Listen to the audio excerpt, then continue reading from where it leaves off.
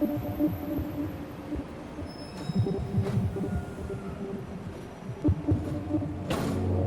right, so we are rolling into 2025. We got to talk about XRP. I got to give you my honest opinion. It's not bad, but you know what? I'm not going to fluff you. We're going to talk about what Gary actually did on the 19th of December, and it's going to affect the way XRP and Ripple, because they are a tandem, right? It's going to affect how they roll into 2025 and how they do business. It's going to affect the outcome of this particular case as well. Let's go ahead and get into it.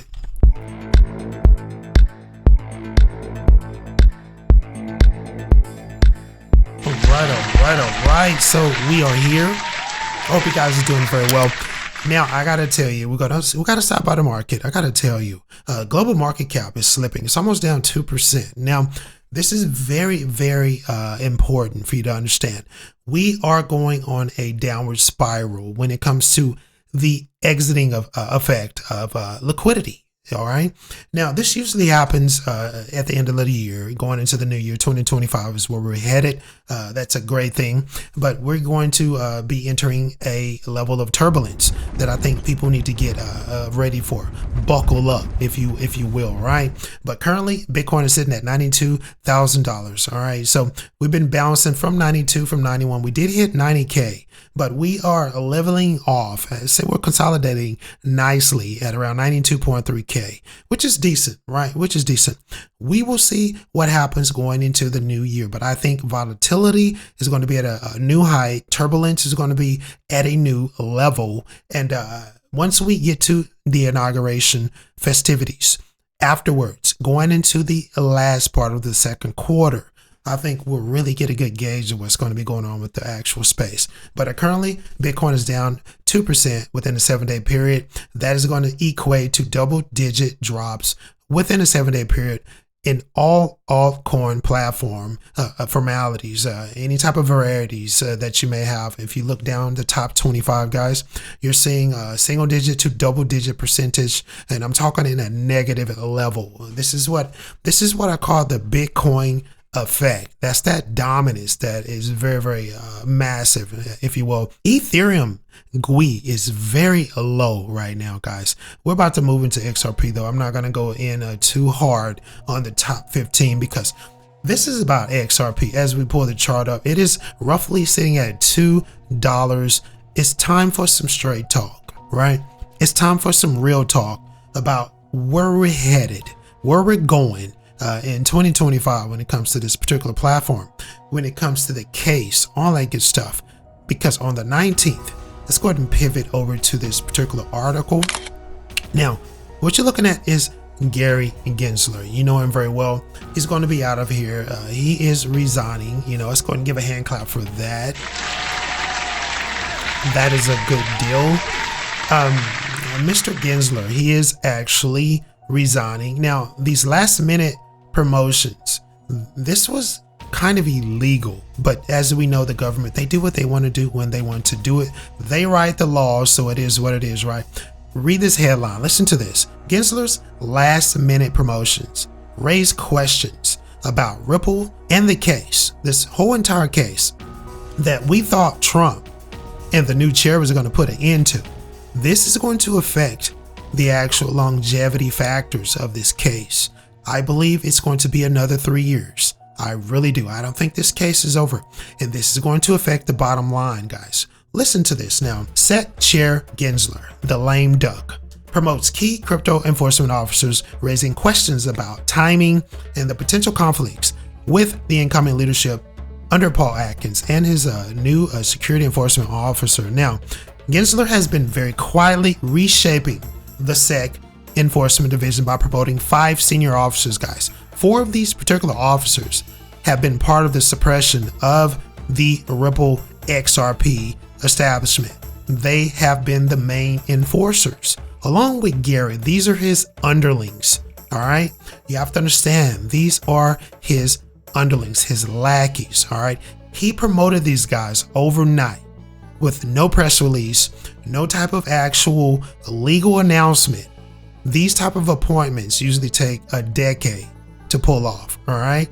He did this overnight. And this was reported by John Reed Stark, this is going to be a former SEC official member.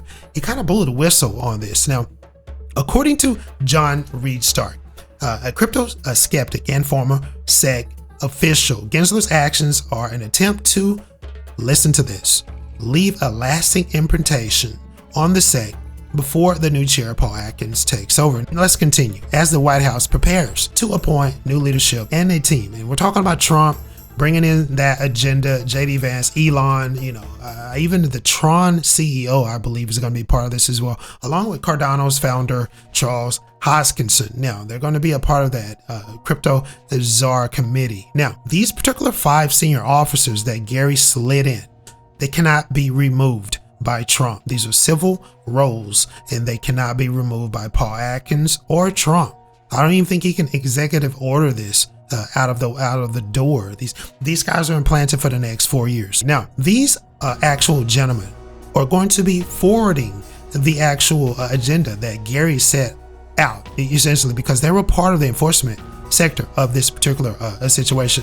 And I'm talking about the cases. I'm talking about all of the suppression, all of the hate that this man had for not only the platform, I'm talking XRP, not only the platform that's in court right now that is being represented by Ripple itself against the SEC, but cryptocurrency as a whole. This guy does not like crypto, and he taught blockchain at MIT.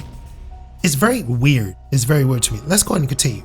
Of the 5 promotions, 4 of the officers have been highly successful, guys, in the SEC's crypto enforcement efforts. They have been a critical part of the cracking down, I'm going to repeat this, of cryptocurrency firms and their successors. Now, they have earned the recognition of being the top crypto enforcement lawyers within the branches of the SEC. So what do you think about this? What do you think is going to happen, right?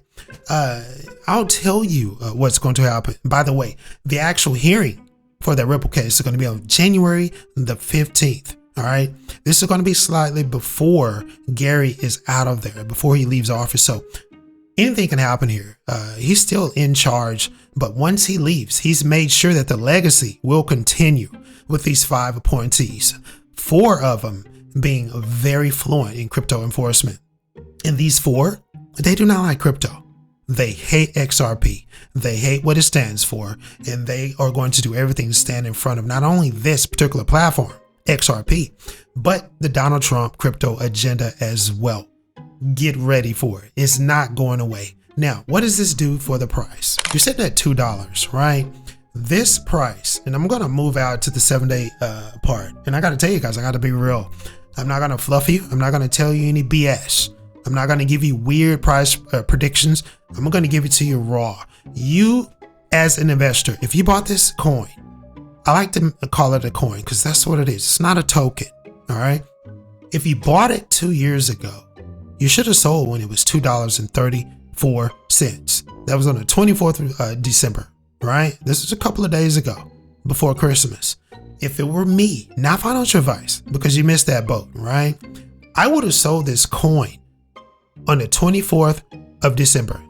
Because if you understand what I just told you and what I just explained to you, you already know the suppression is not going anywhere. This case, it's not going anywhere. It will not end. Paul Atkins is going to run into a wall. 5 gentlemen that are not going to allow this case to just be dismissed. All right. So there's going to be a resistance wall against the crypto agenda of Trump. He has a vast crypto agenda. He's going to have problems. He's going to have problems getting this off the ground because all of this has to be approved by the SEC. And there's major resistance. And you can blame that on Gary Gensler. He's literally left turds all over the, he took a shit.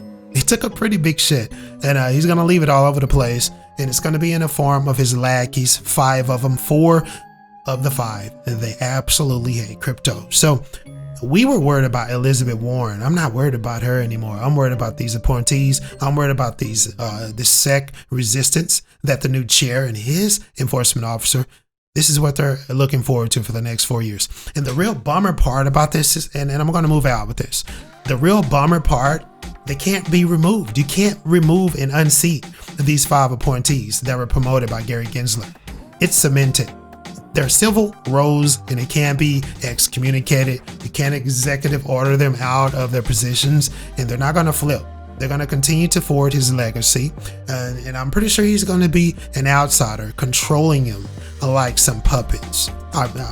Listen, a lot of you may disagree with me, but I will tell you, I wouldn't be hanging around for a $5 XRP price, and not because it can't do it, but under this type of suppression, it just doesn't have a chance. All right, what do you think about the report? Let me know if you agree with me or not about the Gary Gensler lackeys. I like to call them underlings that he's appointed.